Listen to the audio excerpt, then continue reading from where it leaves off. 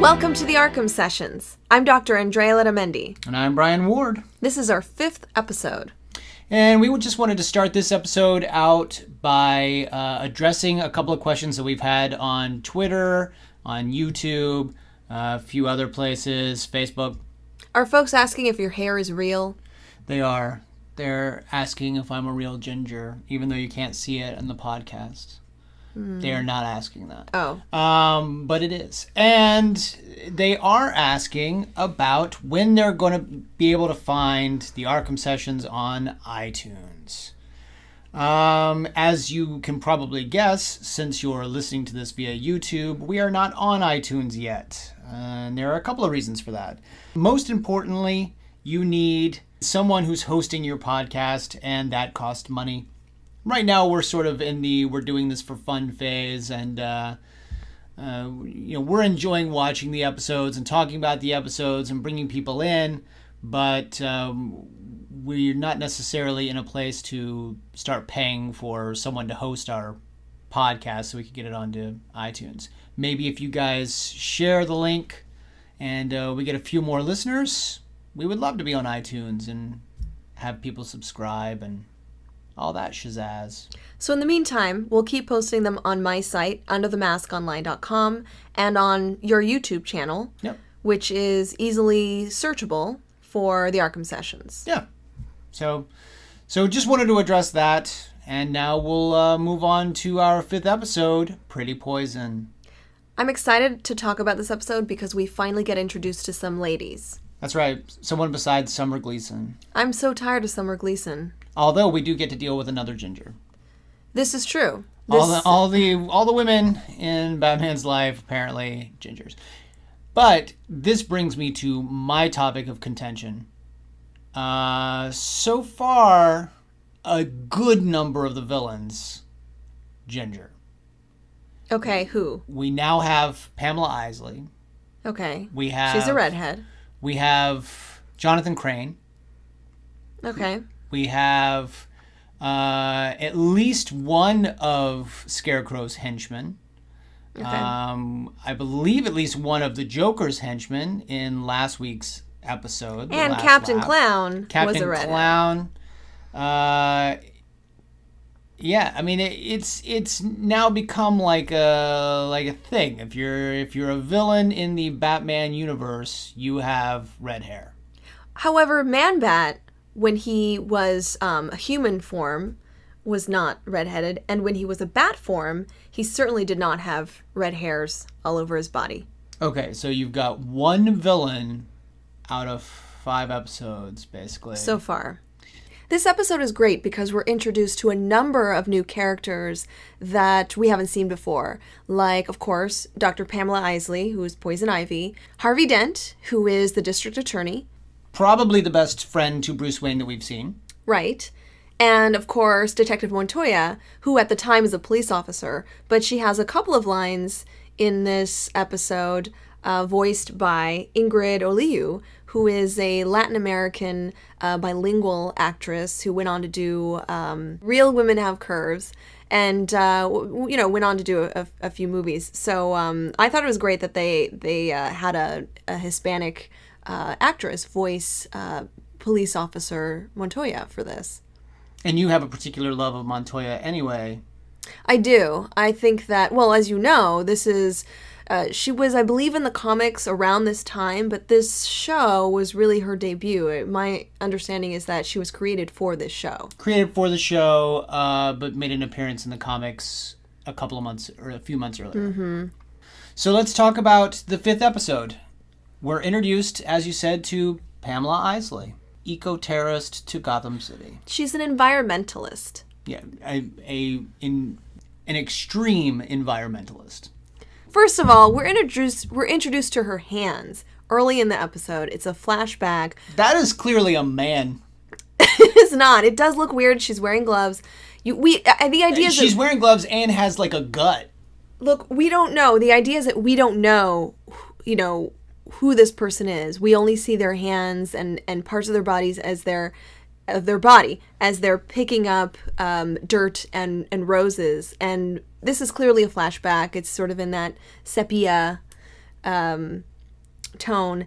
And Harvey Dent has just been assigned as district attorney. He's there with Bruce Wayne, who has just funded this huge project. And the project is to instate this new facility, the Gotham Penitentiary. And that's kind of how we're introduced to her, at least glimpses of her. Or someone who maybe works with her or something, because it's clearly a man. Okay. Well, you're going to have to watch the episode to understand that. But yes, we don't really get the sense. Everyone, go watch the episode, Pretty Poison. You tell us in the comment section below if you think that character model is male or female. Okay, so fast forward 5 years later. 5 years to a safer Gotham. Mm-hmm. And the penitentiary is built. Someone escapes. Batman is foiling the escape, and then we are introduced through intercutting to Pamela Isley, the new girlfriend to Bruce Wayne's best friend, Harvey Dent. Right. I found it odd that they were waiting for Bruce Wayne to arrive on their date, like the three of them were going to go out, but clearly it was a very romantic date between the two of them. Well, they. As Harvey says, there's nothing we don't know about each other. He's introducing his new lady love to his best friend, and he's announcing their engagement. I think that he wanted to share more than the moment with him. Maybe this was the plan to kind of get Bruce Wayne into the relationship, you know? Okay, fine. So you're little bit of a triangle action? I don't know. I just found it odd that they were on this date and they were waiting for Bruce Wayne to show up. But I get that this they were clearly announcing after only a week of having known one another that they were being engaged. And that shows the persuasiveness of Pamela Isley, which we know as the episode progresses that she has this very manipulative quality. We're not quite sure how she's so manipulative, how she seems to get people enamored with her. But we are introduced to the notion that after only a week, men can fall in love with her. I think this is a cool scene, too, because everyone in the restaurant seems to be enamored with her charm. And she clearly is emitting this, enchanting, seductive, but also, very safe kind of vibe. So, that's the intention, right? We're drawn to her. And as she gets up from the table and walks away a little later on, you even kind of see some of the patrons at this restaurant turn and look at her and, kind of get dizzy and make moaning sounds. So, it's kind of cool. Yeah. And I will say that this episode, more than any of the others that we've watched so far, probably since the pilot, the test pilot that's on the Batman the Animated Series Season 1 box set, which we've not discussed on this podcast, but more than any of the episodes we've seen so far, this episode looks so Max Fleischer-esque in the fluidity of the animations, especially as Isley is walking away from the camera toward the door and her hips are just swaying back and forth. I mean, this looks just like the old Max Fleischer cartoons. I think, too, the way her face is drawn. So she has this kind of, 40s or 50s look to her. You can see where Bruce Timm and the folks at BTAS have modeled this series on those old cartoons. It is absolutely gorgeous. It's a really nice episode. I think that the theme, the tone feels a little different. Clearly this is not, there is some action in this one. There's mystery in this one, but it feels like a little bit for an older audience that you have to understand, you have to be of an age to understand her charm and her seductiveness. You have to get that that's her power. That's the way that she manipulates other people.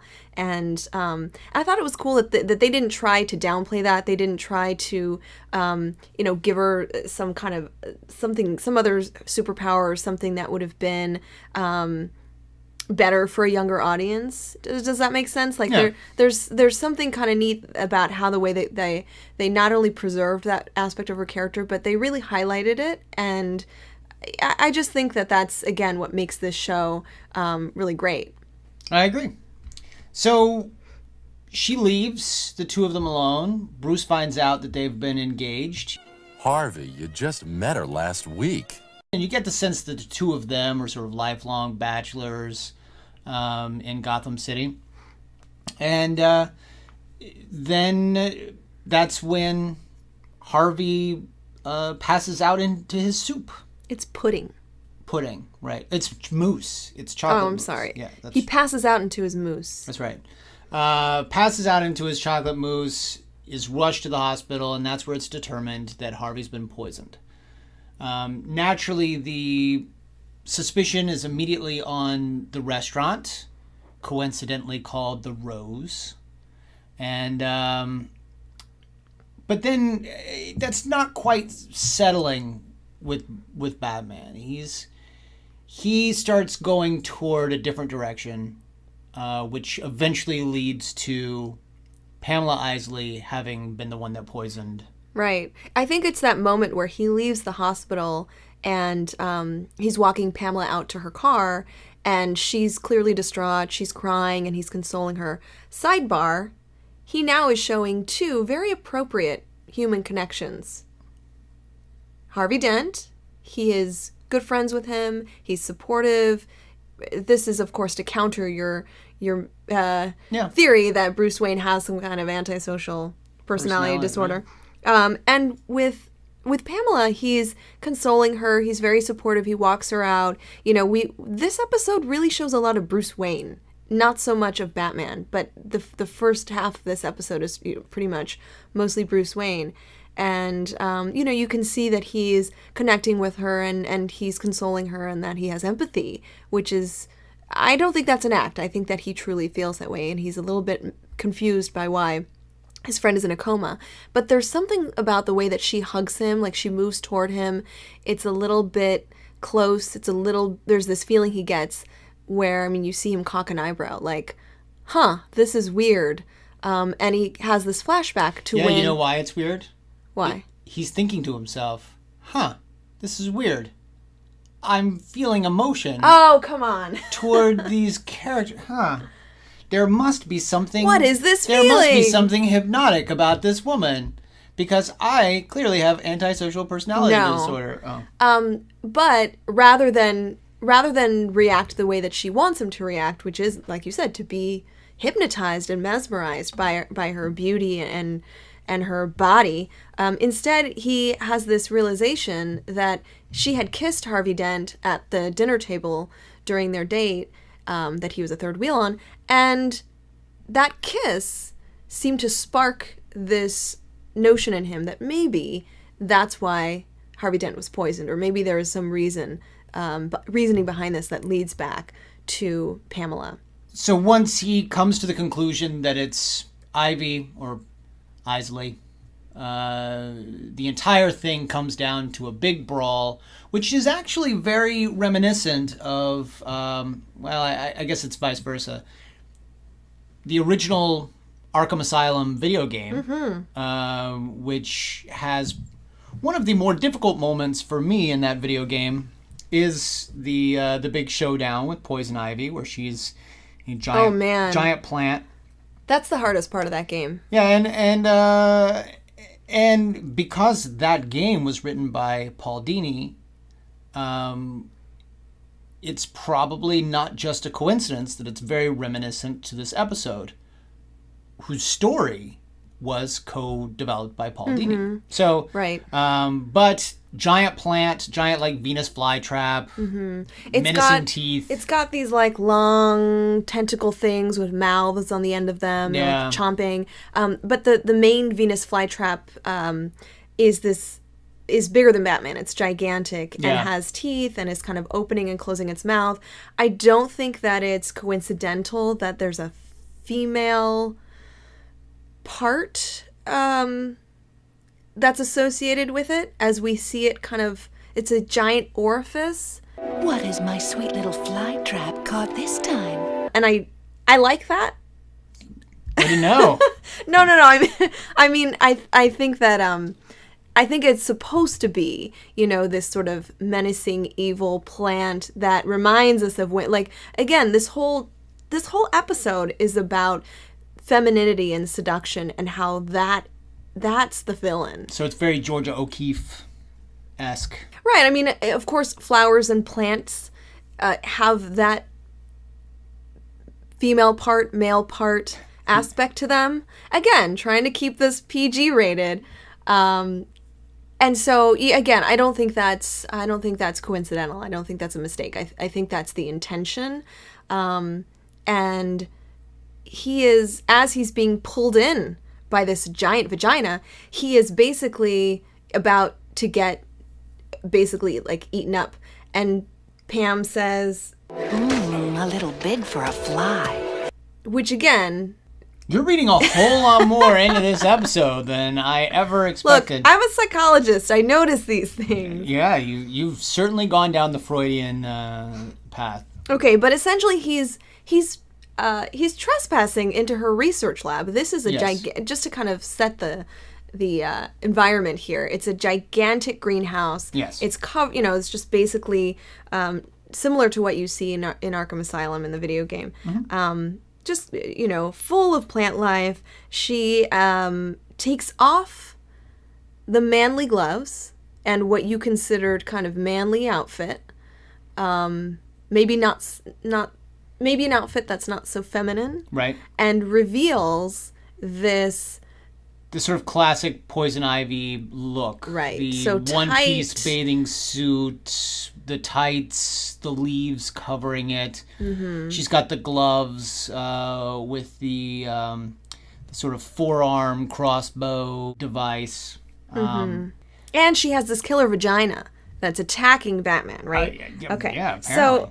So, ultimately, as Batman is strapped and restrained by her Venus flytrap, Poison Ivy kisses him on the Right. mouth, ostensibly to poison him with her poisonous lipstick. He gets a little bit dizzy. Yeah. He's a little bit overcome by it, but after a moment he gets to his senses. He's able to get out of the restraint, and she attacks him with her little wrist crossbow. She Yeah. fires it, accidentally shooting her own plant, killing it, which must really piss her off.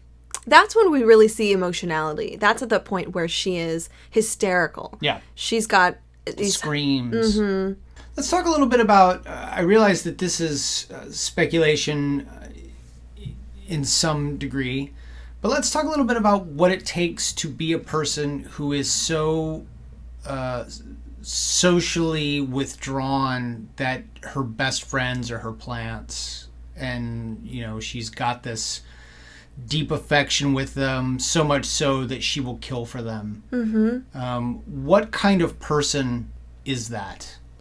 That really isn't so fictional. A lot of people are drawn to other living creatures that aren't humans. There are people that prefer to be surrounded by cats. There are people that prefer to be surrounded by animals of some type. So being, having your environment be solely made of plants isn't totally unlikely. But it does mean that person is going to lack social interaction. And what does that mean about that person? It may mean that when they are socializing, when they're involved with other people, they don't quite interact successfully. They may be lacking social skills. They may not have the ability to connect and to socialize appropriately. And there are some kind of people that simply do not desire or crave social interaction. They're just simply content being by themselves or being with cats or dogs or animals or plants. That in and of itself, just wanting to be alone, that's not enough information to determine that someone has a problem. Yes, it's a red flag and it can be problematic, but just that alone, doesn't really say much. The place goes up in flames.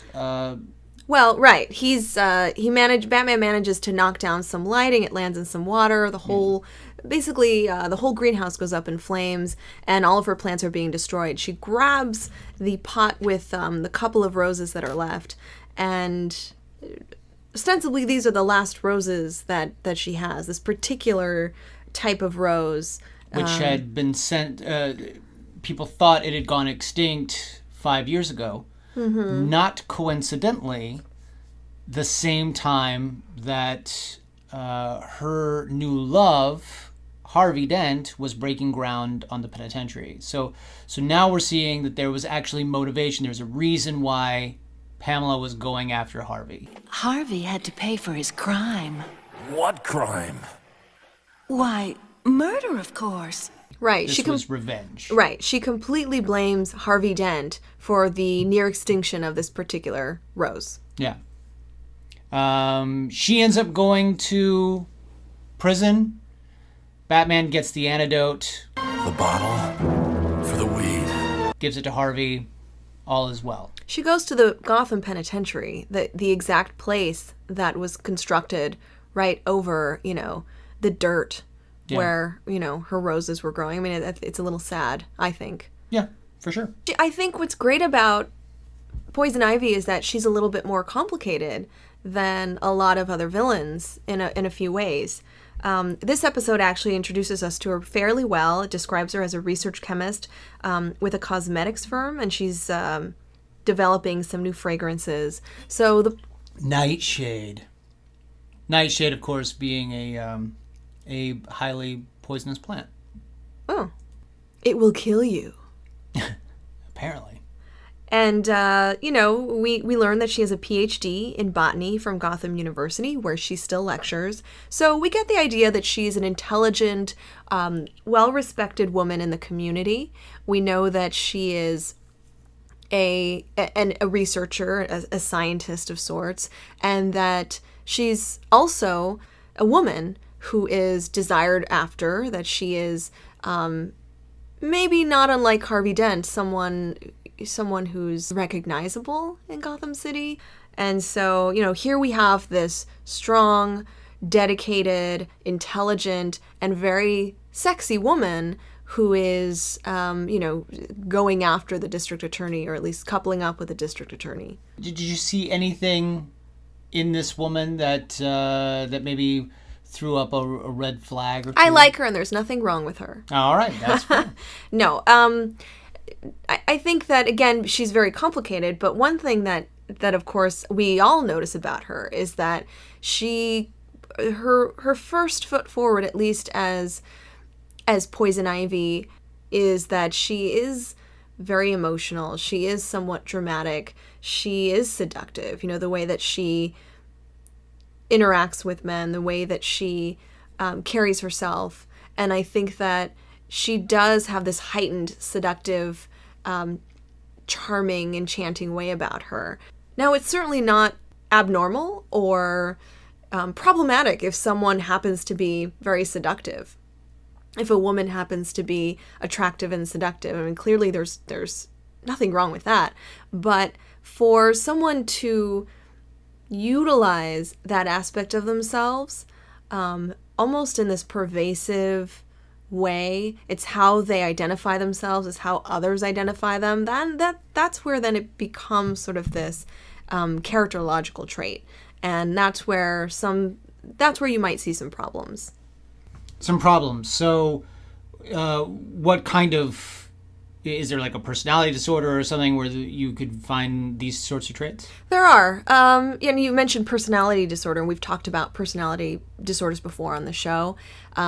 Personality disorders, I just want to mention, it's like a group or a class of mental disorders. And they're a little bit different in the sense that a personality disorder, as the name implies, is characterized by an enduring pattern of behaviors and emotions that, as I said, basically someone sees themselves in a certain way and sees other people in a certain way.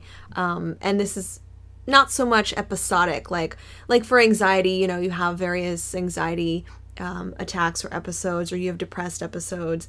A personality disorder is a more pervasive, enduring experience. It's about somebody's character. And for that reason, they're a little bit harder to diagnose. Certainly you need a lot more information to determine if someone has a personality disorder. And there are different classes or types of personality disorders. But one is called histrionic personality disorder, and it refers to a person who is what one would say like very emotional, very dramatic, would want to draw attention to themselves, tends to be somewhat egocentric and narcissistic, but really deep down has kind of a fragile sense of self. So the reason I thought of this when we were watching the episode on Poison Ivy is that we do see someone who is somewhat superficial, somewhat shallow, leading with her looks, leading with her attractiveness, clearly very seductive and vain, and is a bit of an exhibitionist in order to seek attention, gain attention, and get their way. So in a way, that kind of describes this character. However, she isn't so shallow. You know, she's very intelligent. She has this clear motivation to get revenge and to murder Harvey Dent because of what he did to her plants. So there's this other layer of, you know, I would say someone with histrionic personality disorder is using seduction and attractiveness to fulfill something deeply personal and emotional, like self-esteem, like feeling loved. But I don't see. She's almost doing it. She's like a freedom fighter in some Right. way, or some sort of. I mean, she is a soldier in this war against humanity for what it's doing to. Right. In a way, if we look at it like she's dedicated to this cause, and the cause is about equality. The cause is about the rights, I guess, of these plants to have life and to have sustainability. Right. And so she feels like she's defending. She's a martyr. Yes. And so it that almost justifies her attacks and violence and her murderous ways against humans, even though of course all of that is wrong. People shouldn't try to murder other people. That's immoral. But there is this kind of I guess moral sense. If we look at the broader picture, she does seem to have this moral sense when it comes to all of God's creatures.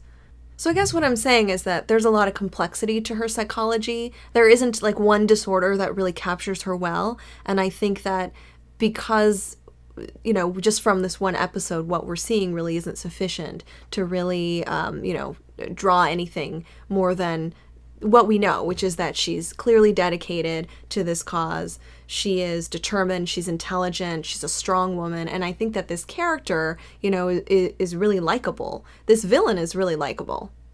Yeah. And I think we will see more of her going into the future. Oh, we will. But when we left her, she was institutionalized. She was in the prison. As a psychologist, where do you go from there dealing with someone who has this amount of dedication to a cause?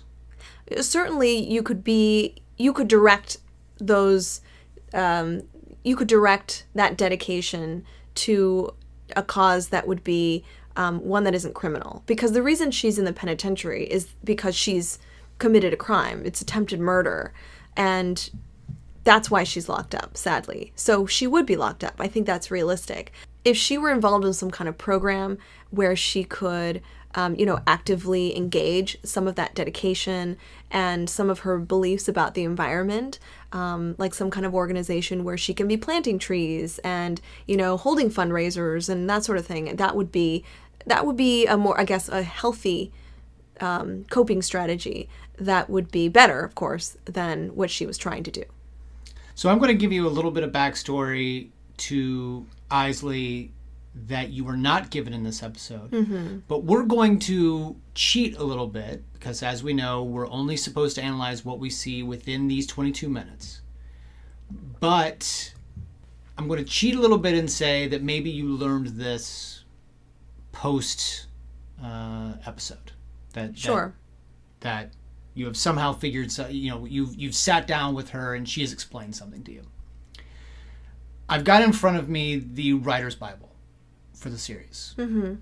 And about Poison Ivy, the first paragraph is basically an introduction to the character. It is her origin. I don't know, I don't remember, because we haven't actually gotten this far, how much of this origin was actually used in future episodes. But maybe you can listen to it and give me some feedback. It says, when she was a child, homely Pamela Isley's only friends were the plants she tended in her family's greenhouse. Then, in high school, the shy girl blossomed into an attractive young woman and suddenly found herself beset with would-be boyfriends.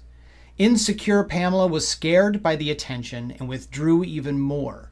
Then, one day, while she was working alone in the greenhouse, a gang of young toughs surprised and attacked her. During the struggle, some heat lamps shattered, sparking a fire. Pamela escaped, but as she watched the greenhouse burn, she swore that she would find a way to use and humiliate all men for the way she was abused. Mm-hmm. Wow, what a great story. Not dissimilar to what we actually see Batman do. I mean, knocking over the lamp, starting a fire, burning down. Now I'm seeing that episode in a completely different light, because remember when we said she got very emotional during, at that point where her flytrap was killed and then the place goes up in flames and she's like almost hysterical. Right. She could, now that I know this, she could be responding to being reminded of past trauma, and those events could be confirming to her, when you interact with men, when you interact with other people, the result is danger, the result is harm, the result is you getting hurt and your plants getting hurt. And those could be the schema that she was working with, or that she was holding in her emotional makeup, if you will, that if I do interact with people, only bad will come of it, and my plants will get hurt and I will get hurt. Therefore, I'm not going to socialize with other people. I'm going to keep to myself and stay safe. And now that I, hear this story, I feel like, well, of course you do. If this were a patient sitting in front of me and they described that to me, my reaction would be, yeah, of course you feel that way. I would feel that way too. You're coping and trying to, you're basically you've adapted to the environment that was presented to you, the world that was presented to you, and you're just trying to keep yourself safe. So remember when I said that just knowing that someone is antisocial or keeping to themselves, they're isolated, like that alone is not enough to really determine what's going on with them, or if they even have a condition. The information that you shared with me would clearly be able to identify what could be going on with her, right? So now I know why she's isolated. Now I know why that, she tends to stick to her plants and she doesn't socialize, interact, not just with anybody, but with men in particular, because there's a trauma history there. So I think, thank God for the Writer's Bible, because now we have some this rich backstory to go from. So that's episode 5, gang. Come back next week. We'll take a look at episode 6, The Underdwellers, starring the Sewer King. Ooh. I know. He uses crocs as weapons. Oh. We'll learn more about it next week. Until then, be sure to subscribe to the channel for all of the ARKHAM Sessions fun. And we will see you next week. I'm Brian Ward. I'm Dr. Andrea Letamendi. Have a great week, guys.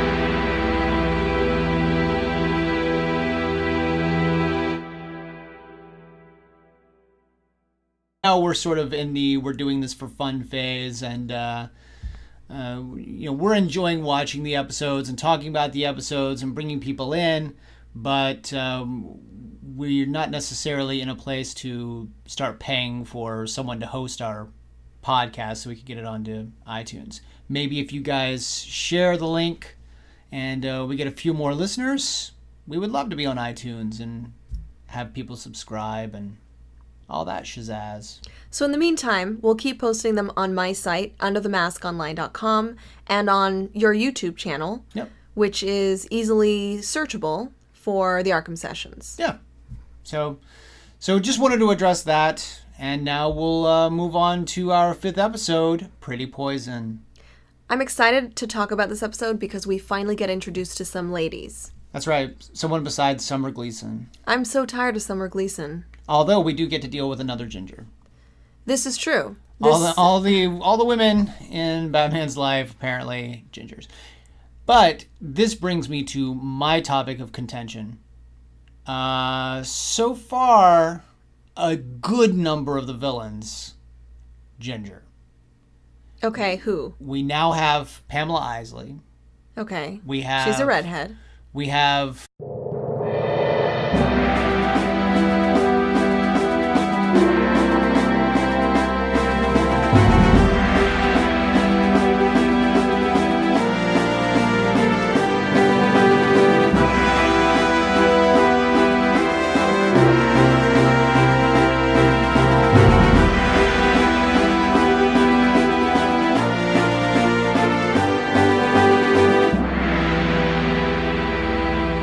Welcome to the ARKHAM Sessions. I'm Dr. Andrea Letamendi. and I'm Brian Ward. This is our 5th episode.